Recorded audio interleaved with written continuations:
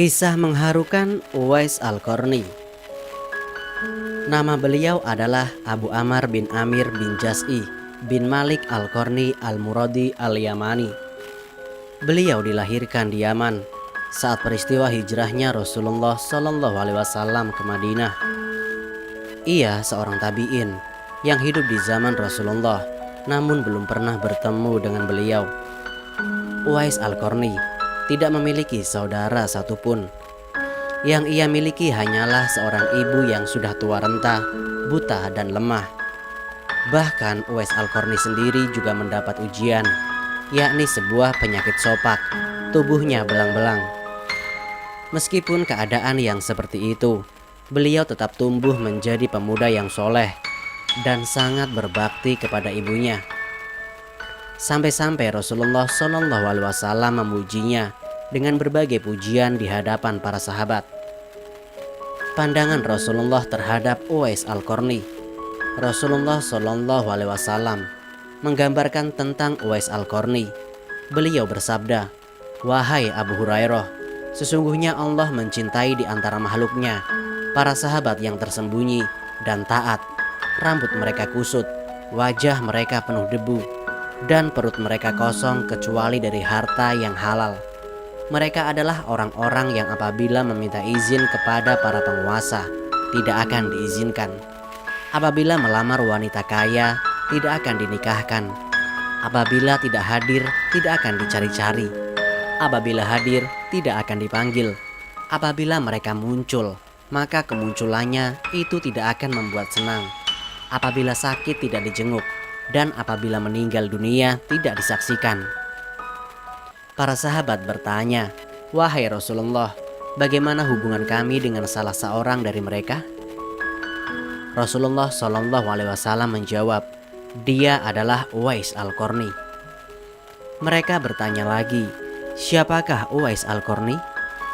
Rasulullah bersabda, "Dia adalah seorang laki-laki yang bermata biru, berambut pirang, dadanya bidang, perawakannya sedang, dan kulitnya sawo matang. Dia senantiasa menundukkan pandangannya, menaruh dagunya di tempat sujud, meletakkan tangan kanannya di atas tangan kirinya, sambil membaca Al-Quran lalu menangisi dirinya sendiri. Dia mengenakan pakaian dan mantel dari kain wol.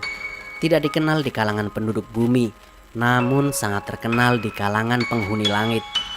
Apabila dia bersumpah dengan nama Allah, maka dia pasti melaksanakannya dengan benar. Di bawah bahu sebelah kirinya ada bintik putih. Pada hari kiamat kelak akan dikatakan kepada hamba Allah, 'Masuklah kalian ke dalam surga.' Namun dikatakan kepada Uwais, 'Berhentilah dan berikanlah syafaat.' Lalu dia meminta syafaat kepada Allah untuk orang-orang yang jumlahnya sama dengan suku Rabi'ah dan Mudhar.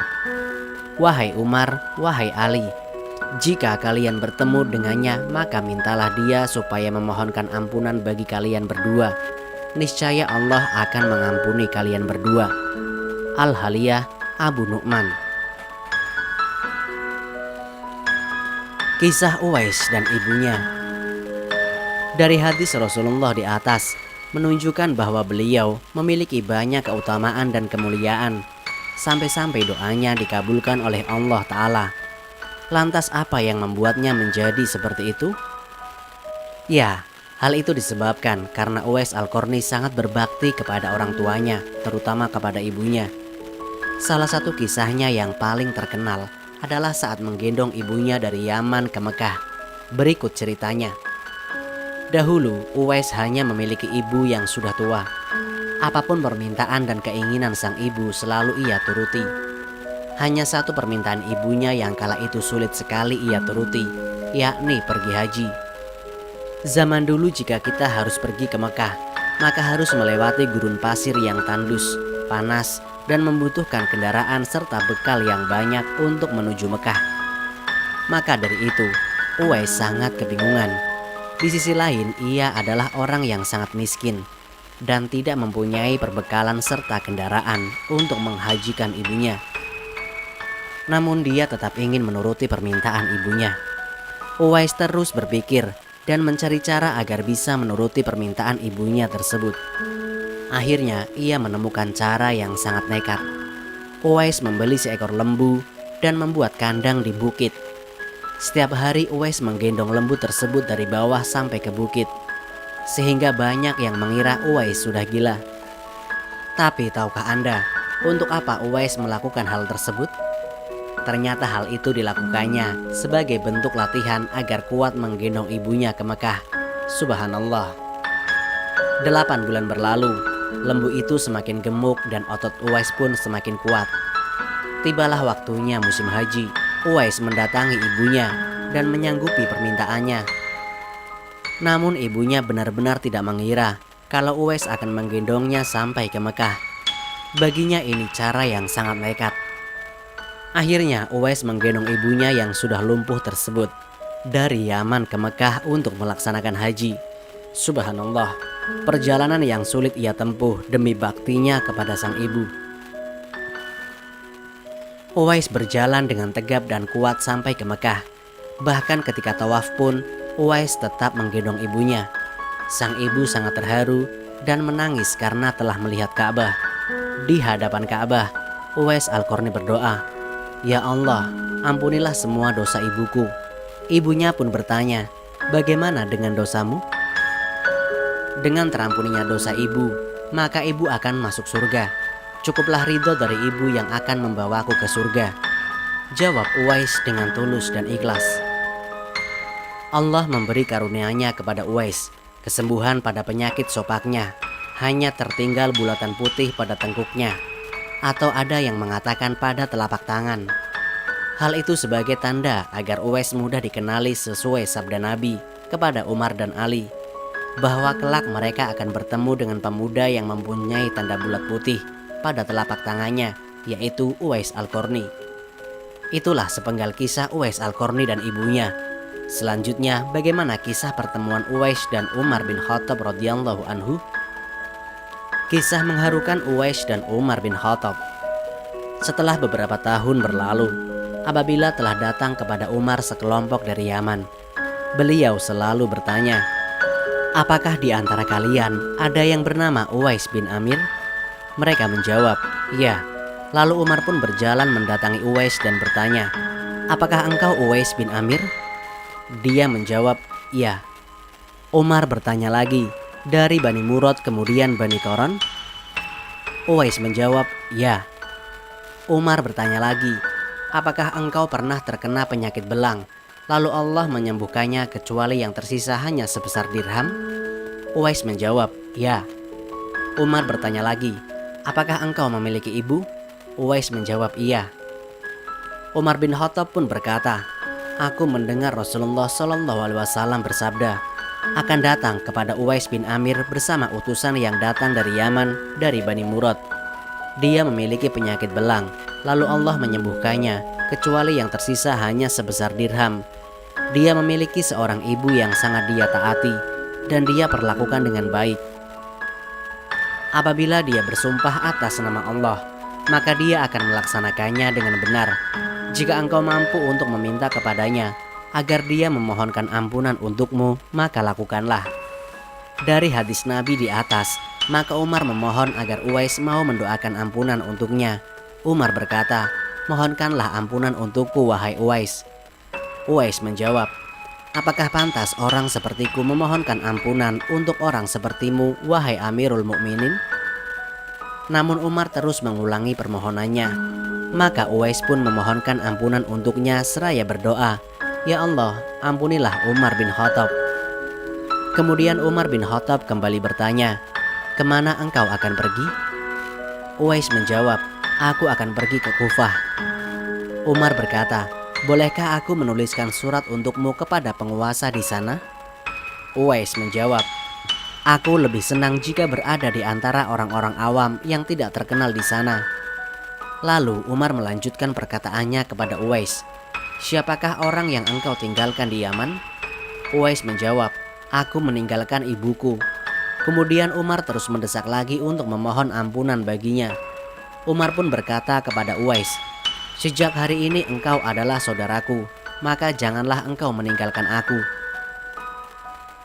Pada saat itu Uwais melepaskan diri dari tangan Umar dan pergi ke Kufah untuk mencari rizki serta mendekatkan diri kepada majelis para ulama dan orang-orang zuhud di negeri Irak.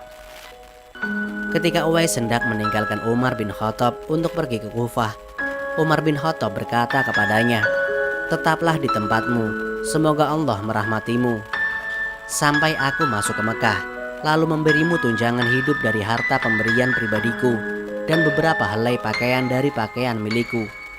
Kemudian Umar meyakinkan lagi seraya berkata, "Tunggulah di sini wahai Uwais, tempat ini tempat perjanjian antara aku dan engkau." Maka Uwais berkata, "Wahai Amirul Mukminin, tidak ada tempat perjanjian antara aku dan engkau. Aku tidak yakin engkau akan mengenali aku lagi setelah hari ini. Apa yang aku dapat lakukan dengan tunjangan itu wahai Amirul Mukminin, dan apa yang dapat aku lakukan dengan pakaian itu? Bukankah engkau melihat saat ini aku mengenakan pakaian dari mantel kain wol? Pada saat engkau bertemu aku lagi, bisa jadi aku telah merobeknya. Bukankah engkau melihat kedua sandalku ini ditambal? Pada saat engkau bertemu aku lagi, bisa jadi keduanya telah usang. Wahai Amirul Mukminin, di antara aku dan engkau ada rintangan yang menghalangi dan tidak dapat dilampaui kecuali orang yang kurus dan memiliki sedikit harta. Maka jadikanlah aku orang yang sedikit hartanya. Semoga Allah merahmatimu wahai Amirul Mukminin. Engkau dan aku akan berpisah di tempat ini." Lalu Umar pun pergi ke Mekah seraya mengucapkan salam perpisahan kepada Uwais yang berlalu pergi sambil menggiring untanya. Lalu dia memberikan unta itu kepada pemiliknya. Dia meninggalkan pengembalaan dan setelah itu dia hanya menghadapkan dirinya untuk beribadah. Nah, begitulah kisah Uwais Al-Qarni bersama Khalifah Umar bin Khattab radhiyallahu anhu. Wafatnya Uwais Al-Qarni pada masa pemerintahan Umar bin Khattab, yang merupakan masa di mana penaklukan Islam sedang berlangsung begitu dahsyat. Kaum muslimin pergi untuk memerangi negeri Azerbaijan dan mencoba untuk menaklukkannya. Maka jatuhlah panji-panji kemusyrikan dan berjayalah panji-panji Islam di semua tempat. Abdullah bin Salamah, salah seorang pahlawan pada pertempuran Azerbaijan, dia bercerita tentang wafatnya Uwais Al-Qarni. "Kami memerangi Azerbaijan pada masa pemerintahan sahabat Umar bin Khattab. Dan pada saat itu Uwais Al-Qarni ada bersama kami. Setelah kami kembali dari pertempuran, kami merasakan bahwa dia sakit. Maka kami pun membawanya dan mengobatinya semampu kami. Namun dia tidak dapat bertahan dan meninggal dunia.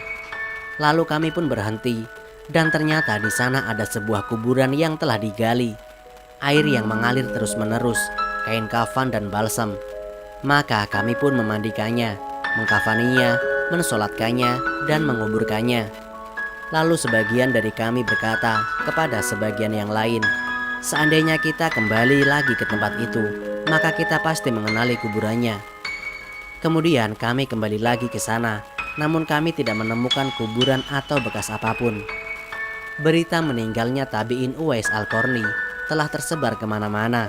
Baru saat itulah penduduk Yaman mengetahuinya siapa Uwais Al-Qarni sebenarnya. Selama ini tidak ada yang mengetahuinya, sehingga banyak penduduk Yaman yang tidak tahu keutamaannya. Selain itu, hal ini juga disebabkan karena permintaan Uwais kepada Umar agar merahasiakan tentangnya. Dan setelah meninggal, para penduduk Yaman baru mendengar sabda Nabi mengenai Uwais yang terkenal di langit dan tidak di bumi. Subhanallah, kisah Uwais Al-Qarni sangat patut dijadikan pelajaran untuk kita semua. Ia memiliki amalan yang sangat mulia, berbakti pada ibunya, sehingga banyak orang yang meminta doa kebaikan melalui perantaranya. Apabila Nabi sudah menyampaikan jauh-jauh hari bahwa doa Uwais akan terkabulkan, sungguh mengharukan.